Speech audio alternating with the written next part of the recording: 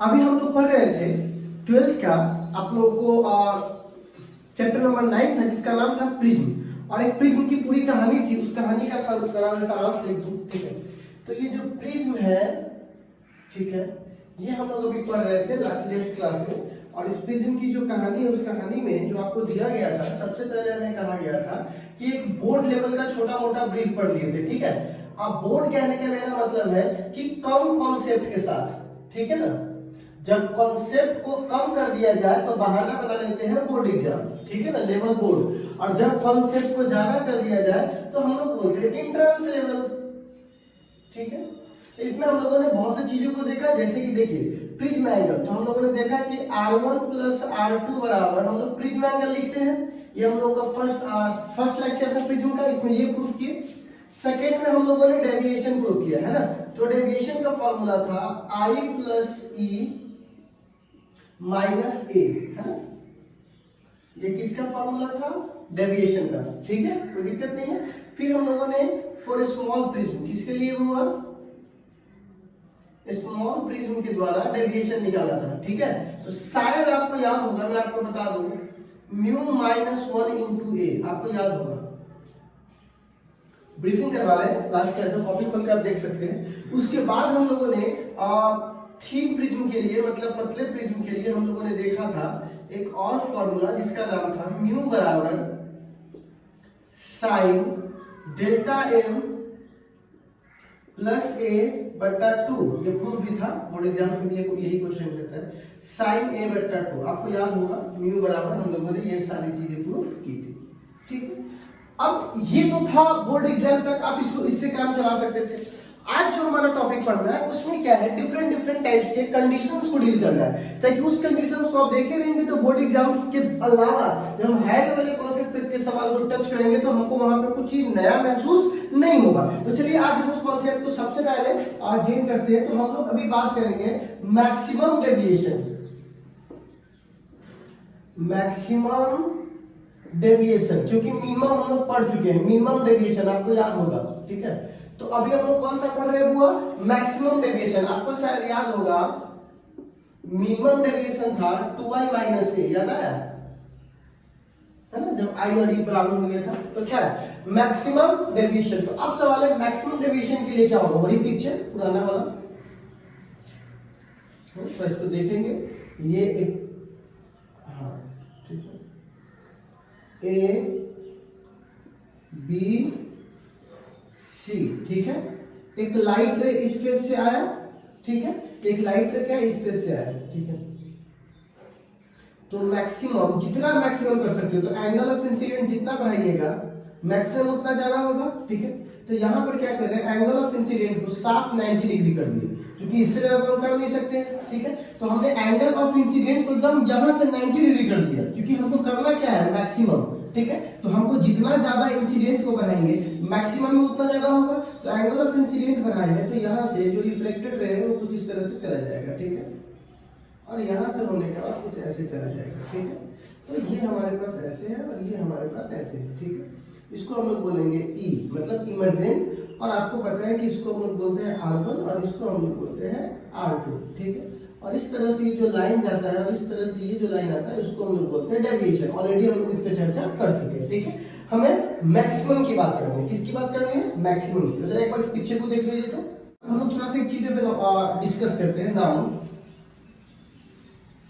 Deviation, क्या बोलेंगे बाबा, deviation. तो आपको पता है ना, डेविएशन का फॉर्मूला होता है I प्लस ई माइनस ए, ठीक है। और कौन सा लिखेंगे, मैक्सिमम डेविएशन, मैक्सिमम डेविएशन। तो अगर आपने डेविएशन को मैक्सिमम किया है तो I का मान 90 लेना पड़ेगा अप्रोक्सीमेट, ठीक है ना। एक बात बताओ, डेल्टा बराबर आप लिख सकते हो क्या, I प्लस ई, तो I की जगह क्या लिखोगे, 90 डिग्री प्लस ई माइनस ए, ठीक है। तो अगर आप ई का मान निकाल लीजिएगा, क्योंकि ये तो हमको पता ही है कि प्रिज्म एंगल ये होता है, अगर हम केवल ई का मान निकाल लेंगे तो हम यहाँ पर रख के डेल्टा को सॉल्व कर लेंगे, ठीक है। तो आप ई के मान निकालने चलेंगे, यहाँ से बोलेंगे फ्रॉम ए बी सरफेस, कौन सा सरफेस से, ए बी सरफेस। तो अगर सरफेस ए बी है तो आप कह सकते हो यहाँ से from any surface Snell's law. कौन सा लॉ? Snell's law. तो चूंकि रिफ्रैक्शन है तो हम स्नेल्स लॉ ही लगा सकते हैं। हम क्योंकि हमको मान किसका निकालना है? ई का। तो हम सब जानते हैं इंसिडेंट कितना है? sin 90। रिफ्रैक्टेड कितना है? sin r बराबर μ2 बट्टा μ1। तो μ2 जिसमें गया है वो तो पूरा प्रिज्म में भरा हुआ है, तो ये μ है, और जिससे गया है वो एयर है, तो 1 है। तो बताइए sin r1 बराबर क्या हो जाएगा? 1 बट्टा μ। क्या हो जाएगा? 1 बट्टा μ। तो बताइए r1 बराबर क्या हो जाएगा? sin इनवर्स 1 बट्टा μ हो जाएगा। ठीक है, अब हम सब यहां से अच्छे से जान रहे हैं, देखिएगा। ठीक है, now prism angle, prism angle तो हमको पता है यहाँ पर r1 प्लस r2 बराबर a होता है। तो आप एक बात बताइए r2 बराबर क्या होगा? a minus r1। क्या होगा? a minus r1। अब एक बात बताइए तो a, अब बताइए r1 बराबर क्या होगा? साइन इनवर्स 1 बट्टा m। r1 बराबर, अब ये r2 है। आप कौन से सरफेस के लिए चेक करेंगे? सेकेंड सरफेस के लिए। ठीक है ना, तो क्या बोलेंगे? फ्रॉम सरफेस, एकदम सिंपल सी बात है, ई तक पहुंचना सेकेंड सरफेस चाहिए। फर्स्ट सरफेस से यहां तक पहुंच जाए, आप सेकेंड सरफेस से यहां तक पहुंच जाएंगे। From second surface AC apply कौन सा हुआ? Snell's law. तो एक बात बताइए, स्नेल्स लॉ को हम अप्लाई करेंगे तो यहां भी वही वाली बात होगा, sin i। तो i की जगह तो ये r2 है क्योंकि यहीं से इंसिडेंट हो रहा है, और सेकेंड सरफेस के लिए रिफ्लेक्शन कौन है? E। किसमें जा रहा है? एयर में। तो एयर का 1 किससे जा रहा है? इससे। तो इसको क्या लिखेंगे? μ। ठीक है, तो अब इस कंडीशन को इसको कर बेटा, ठीक है, इसको बेटा, ठीक। अब देखिएगा, थोड़ा ध्यान रख के सुनना पड़ेगा बाबू आपको। ठीक है, तो देखो बाबू यहां से क्या करेंगे, लिख सकते हैं क्या? साइन ई बराबर, ठीक है ना, साइन ई बराबर म्यू इंटू साइन r2। तो बताइए साइन ई बराबर म्यू साइन, और बताइए तो r2 की जगह क्या निकाले हम लोग? देखिए r2 की जगह निकाले हुए हैं ना, तो r2 की जगह रख देंगे a माइनस, ठीक है ना, साइन इनवर्स 1 बट्टा म्यू, ऐसे ही देते हैं। ठीक है,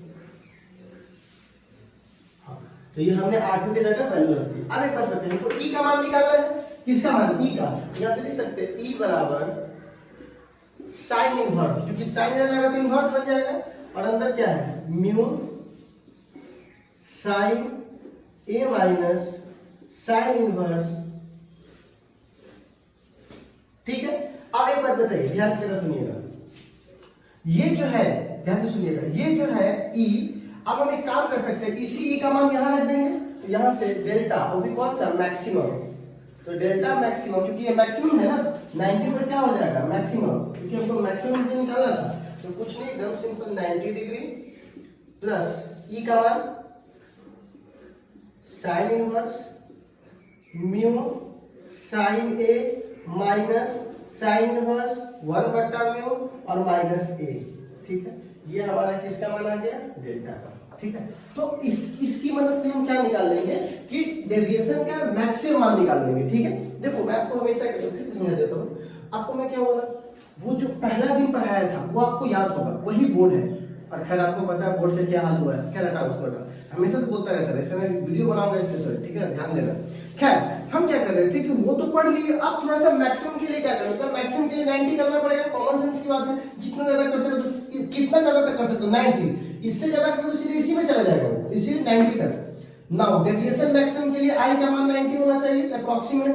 तो मैक्सिमम हमको ई का मान निकालना था, पहला सरफेस से रिफ्लेक्शन करके r1 निकाल लिए, प्रिज्म एंगल से r2 निकाल लिए। अब स्नेल्स के लॉ से इंसिडेंट बटा रिफ्लेक्टेड r2, तो e निकालना था, तो r2 की जगह पे जो मान निकाले थे वो रख दिए, और e निकालिए कहां रख दिए? मैक्सिमम में निकल गया, कितना सिंपल एज पॉसिबल है। ठीक है, इस पे क्वेश्चंस भी है, मैं आपको दूंगा, हालांकि प्रूफ करने के लिए पूछता है। अगर आपसे प्रूफ करने के लिए पूछ जाए कि प्रिज्म का मैक्सिमम डेविएशन निकालिए, तब तो आप फ्लॉप हो जाइएगा।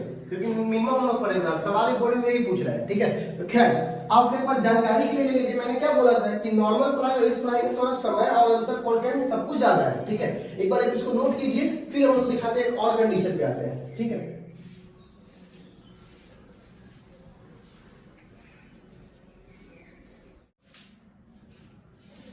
अब देखिए, अब एक अगले तरह का सवाल है, एक ऑब्जेक्टिव है, सब्जेक्टिव है, कॉन्सेप्ट डेवलपमेंट में जो समझिए। इफ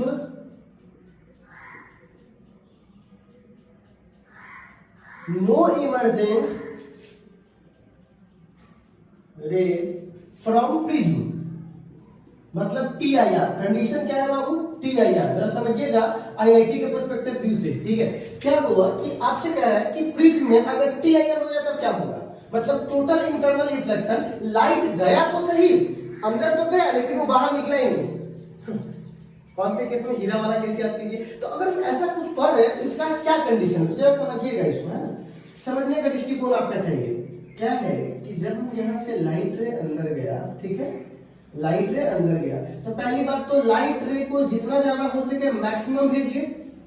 तो हमने इसको एकदम यहां से सटा के भेजा, ठीक है। अब ये लाइट रे अंदर गया, ठीक है, और क्या हुआ, ये वापस इसी माध्यम में चला आया, ठीक है। तो इसको हम लोग बोलेंगे I1, इसको हम लोग बोलेंगे R1, इसको हम लोग बोलेंगे यहां से जो था इसको हम लोग बोलेंगे R2, ठीक है। और ये हमारा वापस इसी माध्यम में चला आया, ठीक है। तो जिस माध्यम से गया था उसी माध्यम में आ गया, तो इसको हम लोग बोलेंगे TIR। क्या बोलेंगे वो? टोटल इंटरनल रिफ्लेक्शन, मतलब बाहर गया ही नहीं, ठीक है। तो इस कंडीशन में हम बोलेंगे नाउ, हमको इतना पता होना चाहिए, जरा ध्यान से सुनिएगा, क्या होना चाहिए इस वाले फेस के लिए, ठीक है। देखो A और C वाले के लिए इंसिडेंट एंगल R2 है, ठीक है ना। तो नाउ फॉर TIR, किसके लिए बोला? फॉर टोटल इंटरनल रिफ्लेक्शन, जो R2 है वो इंसिडेंट है, तो इंसिडेंट एंगल को बड़ा होना पड़ेगा किससे? क्रिटिकल एंगल से, क्रिटिकल एंगल से, ठीक है ना। तो यहां पर क्या बोलोगे? Angle of incident, angle of incident is greater than critical angle. Common sense की बात है भाई, ठीक है, कि TIR तभी होगा जब एंगल ऑफ इंसिडेंट किससे बड़ा हो? क्रिटिकल एंगल से। तो एंगल ऑफ इंसिडेंट कौन है? सेकंड वाले के लिए R2, तो किसमें हो रहा है TIR? सेकंड वाले में। तो R2 इंसिडेंट है, तो R2 किससे बड़ा होना चाहिए? थीटा सी से। अब एक बात बताओ, ये गया 90 के अप्रोक्सीमेट, किसके अप्रोक्सीमेट? 4 AC फेस, ठीक है ना। AC फेस के लिए देखिएगा, अगर I का मान 90 है, ठीक है, तो R का मान कितना होगा?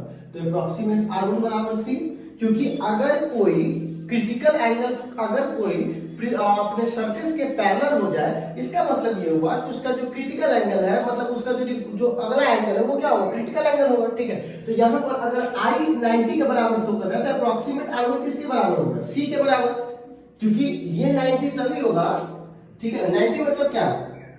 ग्रेजिंग हो जाएगा सतह पर, तो सतह पे पैरेलल तभी होगा जब कोई एक 90 डिग्री होगा। तो ये भी C है, हम सब जानते हैं फ्रॉम प्रिज्म एंगल। कौन सा एंगल से? प्रिज्म एंगल से। तो A बराबर क्या होता है? R1 प्लस R2, ठीक है ना। ये R1 का मान C है और R2 C से भी बड़ा है, तो जब C से भी बड़ा है तो ये A क्या होगा? दोनों का जो इस दोनों से क्या होगा? बड़ा होगा, क्योंकि C प्लस C तो 2C होगा, लेकिन R2 क्या है? C से भी बड़ा है, मतलब कि थीटा C किसको बोलते हैं? Theta C, critical angle, theta C plus theta C। ये अगर ये दोनों थीटा C के बराबर होता तो यहाँ बराबर लिखते, लेकिन यहाँ पर क्या है? TIR के लिए उसको थीटा C से बड़ा होना पड़ेगा, मतलब प्रिज्म एंगल को इस दोनों से क्या होना पड़ेगा? बड़ा होना पड़ेगा।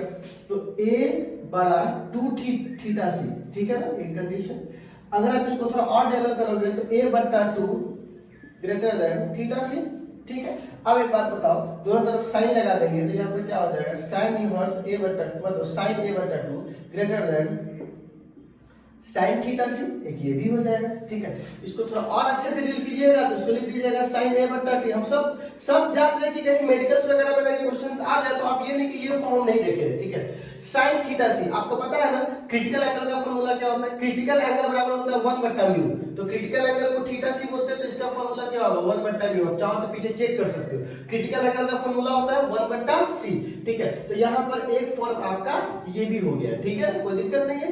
अगर आप इसको पलटिएगा तो आपको पता है ना म्यू को पलटिएगा तो ये म्यू हो जाएगा, और साइन को पलटिएगा तो ये कॉसेक हो जाएगा, क्योंकि साइन का उल्टा कॉसेक होता है। लेकिन एक बात याद रखिएगा, ये घूम जाएगा, क्योंकि जो साइन के साथ एंगल बढ़ने पर बड़ा होता है, कॉसेक के साथ वो छोटा होने लगता है, ठीक है ना। तो अगर आप इसको पलटिएगा, इसका जो ये आइडेंटिकल है, मतलब ये जो है उसको भी क्या करना पड़ेगा, बदलना पड़ेगा।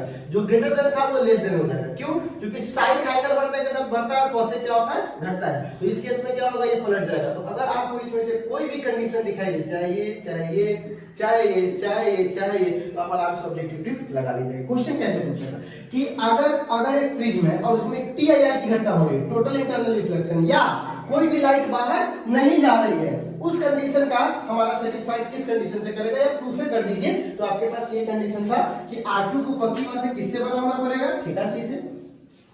R1 को किससे बड़ा होना पड़ेगा, थीटा सी से।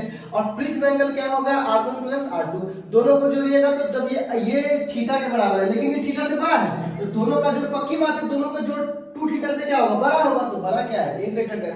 अब दोनों तरफ हमने यहाँ पे 2 को नीचे भेज दिया, a/2 साइन लगा दिया, साइन के साथ सब कुछ थीटा सी का फॉर्मूला 1/म्यू होता है। इसको पलटिएगा तो साइन भी क्या हो जाएगा, ये पलट जाएगा। तो यहाँ पर क्या हो जाएगा, cosec a/2। तो ये क्या हो गया, इनइक्वालिटी पलट के क्या हो गया, इस तरह हो गया, ठीक है। जो ग्रेटर देन था वो लेस देन में बदल गया, ठीक है। अब चलिए ये वाली बातें हो गई।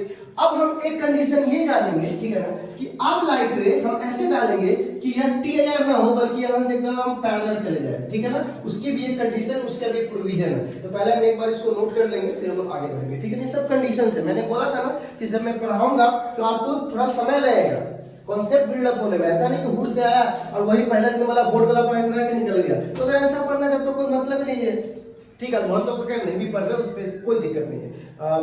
जो लोग भी घर पे बैठ के टाइम पास करना चाह रहे हो करो, कोई दिक्कत नहीं, ठीक है। इसको नोट कीजिए। अब ये जो कंडीशन है उसको जरा देखिएगा, उसमें तो TIR हो गया था, लेकिन इसमें TIR नहीं होगा। तो यहां पर लिखेंगे कि कंडीशन फॉर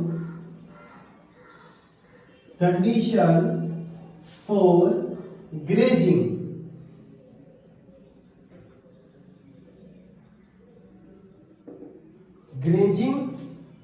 इमरजेंट। देखिए, अब देखिए कंडीशन ऑफ ग्रेजिंग इमरजेंट, ये कौन सा वाला है जरा समझिए। ये एक मायने में समझने की चीजें हैं, ठीक है। थोड़ा देखिए, बहुत इंपॉर्टेंट चीज है ये। बोर्ड के पर्सपेक्टिव पे वजह से बहुत ज्यादा आपको काम देगा, देखिएगा। तो अगर मैं इसको I मान लेता हूँ, ठीक है ना, अगर मैं इसको क्या मान लेता हूँ I, ठीक। तो ये क्या होगा, यहाँ से जाएगा ऐसे, ठीक है, यहाँ से गया ऐसे, ठीक है। इसको मैं क्या मानूंगा, R1। अच्छा, और ये क्या होगा, एकदम ऐसे हो जाएगा, ठीक है ना, एकदम ऐसे। देखिए पहले वाले कंडीशन में क्या था, मैक्सिमम बाहर चला जाता था, दूसरे वाले में अंदर चला है, तीसरे वाले में ना बाहर गया ना अंदर गया, बॉर्डर पे घूम रहा है। इसको बोलते हैं ग्रेजिंग। और ऐसा तभी हो सकता है जब क्रिटिकल एंगल वाला केस हो, आपको याद होगा, ठीक है। तो ये R2, ठीक है। तो पक्की बात है R2 किसके बराबर है, थीटा सी के, क्योंकि जब तक ये एंगल क्रिटिकल नहीं होगा तब तक कोई भी सतह के क्या होगा, पैरेलल नहीं घूमेगा, ठीक है। तो यहाँ पर आप कह सकते हो now for grazing R2 is equal to theta c. R2 क्या करना पड़ेगा, थीटा सी एकदम बराबर लिखना पड़ेगा, ठीक है। तो आप देखिए, फ्रॉम, ये प्रिज्म एंगल ए है, फ्रॉम प्रिज्म एंगल कौन सा फॉर्मूला से होगा, प्रिज्म एंगल से, ठीक है ना। हमको किसका मान निकाल के दिखाना है, I का मान निकालना है। कितना पर, ये ऐसे चला जाएगा, ठीक है ना, निकाल के देते हैं आपको I का मान। तो बताइए, आपको पता है ना A बराबर R1 प्लस R2, ठीक है। तो बताइए R1 बराबर क्या होगा, A माइनस R2। तो R1 बराबर A, और आपको पता है R2 का मान कितना है, थीटा सी, मतलब क्रिटिकल एंगल, ठीक है। This is the formula of R1। हमको मान किसका निकालना है, I का। तो स्नेल्स लॉ में I और R दोनों आ जाएगा। तो हमने यहाँ से R1 का मान तो ऑलरेडी निकाल के रखा हुआ है। तो from Snell's law Snell's law for first surface, for first surface एकदम सिंपल सा है।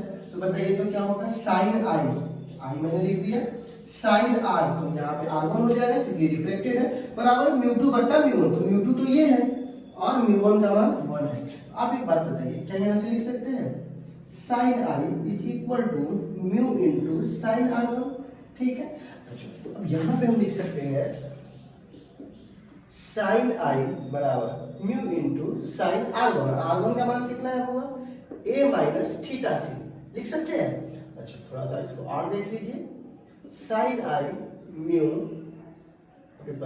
साइन, और आपको पता है साइन ए माइनस बी का फॉर्मूला, साइन ए इंटू कॉस बी माइनस, है ना, cos A into sine B, याद आया, साइन ए माइनस बी का फॉर्मूला एकदम सिंपल सा फॉर्मेट है, ट्रिगोनोमेट्री में आप लोगों ने पढ़ा होगा बच्चों। तो यहां से देखेंगे, लिख सकते हैं साइन आई बराबर म्यू, ठीक है, साइन ए, लेकिन हमको कॉस थीटा को बदलना है साइन थीटा में। ऐसा क्यों करना चाहते हैं, क्योंकि इससे हमको, आपको पता है ना, क्रिटिकल साइन का क्रिटिकल एंगल बराबर होता है 1 बट्टा म्यू, तो इसलिए हम बदल देते हैं इसको, ज्यादा अच्छा रहेगा। तो यहाँ पर कॉस थीटा का हो जाएगा 1 minus sine square theta C, minus cos A और इंटू साइन थीटा सी, ऑलरेडी जो हमको पता था, ठीक है। अब देखिए यहाँ से साइन आई नेक्स्ट स्टेप में, अब हमारा पर्पस है मान रखना, तो आपको पता है, ठीक है, कि साइन थीटा का फॉर्मूला होता है 1 बट्टा म्यू, क्योंकि क्रिटिकल एंगल 1 बट्टा म्यू के बराबर होता है। अभी भी मैंने बोला था, वापस भी मैं बोल रहा हूँ कि क्रिटिकल एंगल जो किसके बराबर है, क्रिटिकल एंगल किसके बराबर है 1 बट्टा म्यू, क्योंकि यहाँ स्क्वायर था तो दोनों पर क्या लगा देंगे स्क्वायर माइनस कॉस थीटा। अच्छा साइन थीटा का मान वही 1 बट्टा म्यू, ठीक है। तो अब एक बात बताइए, इसको थोड़ा सा और एक्सटेंड करते हैं, बराबर म्यू साइन ए, इसको मैं थोड़ा ऐसे लिख सकता हूँ क्या, स्क्वायरिंग करके, म्यू का स्क्वायर माइनस 1 बट्टा म्यू का स्क्वायर, बट्टा पर का जो स्क्वायर करेंगे तो ये 1 का स्क्वायर तो 1 ही होगा, ये म्यू का स्क्वायर यहाँ जाएगा तो म्यू का स्क्वायर, यहाँ 1 आ गया, बट्टा पर का जोड़ तो ये आ जाएगा, minus cos theta, cos theta नहीं है सॉरी, cos a है ना, क्योंकि हमको पता तो a ही है, बट्टा म्यू, ठीक है। तो आप देखिएगा साइन इनवर्स म्यू। अब एक बात बताइए, चूंकि ये रूट के बाहर है, ये रूट में स्क्वायर है, बाहर आएगा तो सिंपल 1 आएगा और 1 बट्टा म्यू आ जाएगा, तो इसको मैं ऐसे लिख देता हूँ साइन ए 1 बट्टा म्यू, और इनको लिख सकता हूँ म्यू स्क्वायर माइनस 1, क्योंकि ये म्यू स्क्वायर था, बाहर आएगा तो म्यू आ जाएगा, माइनस कॉस ए इंटू 1 बट्टा म्यू, 1 बट्टा म्यू 1 बट्टा म्यू दोनों टर्म में है तो कॉमन ले लेते हैं, तो यहाँ से क्या आ जाएगा साइन बराबर म्यू और 1 बट्टा म्यू कॉमन, तो यहाँ से कितना आ जाएगा बउआ, sine A root under mu square minus 1, ठीक है, माइनस कॉस ए, तो यहाँ से म्यू कैंसिल हो जाएगा। तो आपको यहाँ से बताना पड़ेगा कि साइन आई बराबर क्या हो जाएगा, तो आप आराम से लिख सकते हो म्यू स्क्वायर माइनस 1, ठीक है ना, into sine A minus cos A. अब चूंकि हमको आई का मिनिमम मान निकालना है, ठीक है ना, तो यहाँ से आई का मिनिमम, तो ये उधर चला जाएगा, तो साइन इनवर्स और जितना भी ये सब चीज था सब लिख दो, root under mu square minus 1, ठीक है, into sine A minus cos, ठीक है। तो ये हमारे पास क्या है बच्चा, मान है, ठीक है। तो खैर चलिए, हम लोगों ने अभी क्या देखा, आई का मिनिमम मान, ठीक है, फिर कितना आई मिनिमम रखेंगे तो ये ग्रेजिंग होगा। तो आप लोगों ने समझा कि नॉर्मल पढ़ाई में आपको बोर्ड का मिल रहा था और इसको थोड़ा सा एक्सटेंड करना है अपने नॉलेज को, ठीक है। तो मैंने क्या बोला कि अगर ये ग्रेजिंग कर रहा है, इस पे ये ग्रेजिंग कर रहा है, मतलब सफा के एकदम ये 90 डिग्री बना रहा है, तो ये तभी हो पाएगा कि जब ये थीटा क्या हो, ज्यादा है क्रिटिकल एंगल, तो ये थीटा हो, मतलब क्रिटिकल एंगल के बराबर हो, तो ग्रेजिंग एंगल के लिए क्रिटिकल एंगल का बराबर होना पड़ेगा। तो अब देखिएगा, और हमारे पास दिया हुआ केवल दो ही चीज है, एक इसका रिफ्रैक्टिव इंडेक्स, दूसरा इसका बाकी कुछ नहीं दिया हुआ है। तो अब देखिएगा प्रिज्म एंगल बराबर R1 प्लस R2, तो R1 बराबर ये निकालिए, क्योंकि हमको निकालना आई का मान था। तो इसमें और इसमें रिलेशन बताने वाला कौन था, स्नेल्स लॉ। तो sin a बट्टा sin R1 बराबर म्यू बट्टा 1, तो हमने यहाँ से sin a बराबर ये लिख लिया, R1 का मान ये वाला मान हमने रख दिया। चूंकि इस कंडीशन में क्या था, थीटा से हमारे लिए अननोन था, हमको निकालना था केवल दो ही चीज था, ए और यही पता था हमको, तो सारा आंसर इसी में चाहिए। तो हमने इसको तोड़ दिया, sin a into cos B और cos a into sine B. तो हमने यहाँ से cos को बदल दिया sin में, क्योंकि थीटा को तो हमको हटाना है, क्योंकि हमको दिया हुआ क्या है, ये और ए म्यू दिया हुआ है। तो थीटा को हटाने के लिए हमने यहाँ पर क्या किया, इसकी वैल्यू हमको पता है कि 1/μ होता है, स्क्वायरिंग किए, इसकी वैल्यू 1/μ, बट्टा पड़ेगा जोड़ किए तो ये आया स्क्वायर करने के बाद, ठीक है। इसको हम लोगों ने बाहर निकाल लिया, इसको भी यहाँ पे तो है ही ऑलरेडी बाहर। अब इस दोनों को यहाँ से कॉमन लिया तो म्यू से म्यू कट गया। अब ये वाला म्यू रह गया जहाँ पर था, अब साइन है। अब चूंकि यहाँ से आई मिनिमम निकालना है तो साइन को इन्वर्स कर दो, बाकी सब चीज के एंगल में चला जाएगा, ठीक है। तो ये एकदम थोड़ा सा सिंपल सा फॉर्मेट था, आप इसको एक बार नोट कर सकते हो। तो हमने आपको 3 कंडीशन बताया, हालांकि बताया तो बहुत, मैक्सिमम बता दिया, टीआईआर बता दिया, ग्रेजिंग बता दिया, ठीक है। तो आपको मैंने तीनों बता दिए, मिनिमम डेविएशन बता दिया, है ना, छोटे प्रिज्म के द्वारा बता दिया, पतले प्रिज्म के द्वारा बता दिया, आई बराबर ई कैसे होता है, इंसिडेंट बराबर इमर्जेंट, मतलब कि प्रिज्म के जितने भी डेविएशन के मैथमेटिकल कॉन्सेप्ट थे मैंने आपको सारे बता दिए। उसमें से आप कितना गेन करना चाहते हो वो आप देखो, तो आप समझ सकते हो कि रियल पढ़ाई पढ़ने के लिए 3 से 4 दिन लगता है खाली डेविएशन खत्म करने में। लेकिन अगर आप उसको सिलेबस फलना चिल्ला कब खत्म होगा भूलाओगे तो 1 दिन में खत्म कर सकते हैं, क्योंकि आपको मैंने दिखा चुका था। तो आपको सोचना है कि आपको ये वाली पढ़ाई पढ़नी है कि वो वाली पढ़ाई पढ़नी है। मैंने आपको बोला था कि मैं अंतर बताऊंगा, वो वाली पढ़ाई पढ़नी है तो आपको कुछ भी नहीं करना है, चुपचाप बैठे रहो, बाकी मैं समझा दूंगा। बोर्ड एग्जाम पास करता हूँ वैसे भी करता हूँ, ठीक है। लेकिन अगर आपको नॉलेज ठूस ठूस के चाहिए तो आपको ये पढ़ना पड़ेगा। इस पढ़ाई की घाटा क्या है, तो ज्यादा दिमाग चाहिए, चीजों को समझने के लिए ज्यादा बुद्धि चाहिए, कौशल चाहिए, उसके लिए सर चाहिए, सब कुछ चाहिए, दिमाग भी ज्यादा। तो खराब तो होगा ही दिमाग, आपने ना समझ में बहुत भारी हो फिजिक्स, तो हल्का बना, बोलिए हल्का बना देते हैं, ठीक है। और वही पढ़ना होगा, क्या करेंगे, इसी में से 2-3 को पॉइंट छाट लीजिए, हो गया। कम कॉन्सेप्ट मतलब बोर्ड, ज्यादा कॉन्सेप्ट मतलब आईआईटी। तो आप बोर्ड और आईआईटी मत बोलिए, बोलिए कम कॉन्सेप्ट की ज्यादा कॉन्सेप्ट, ठीक है ना। एक बार इसको नोट कर लीजिए।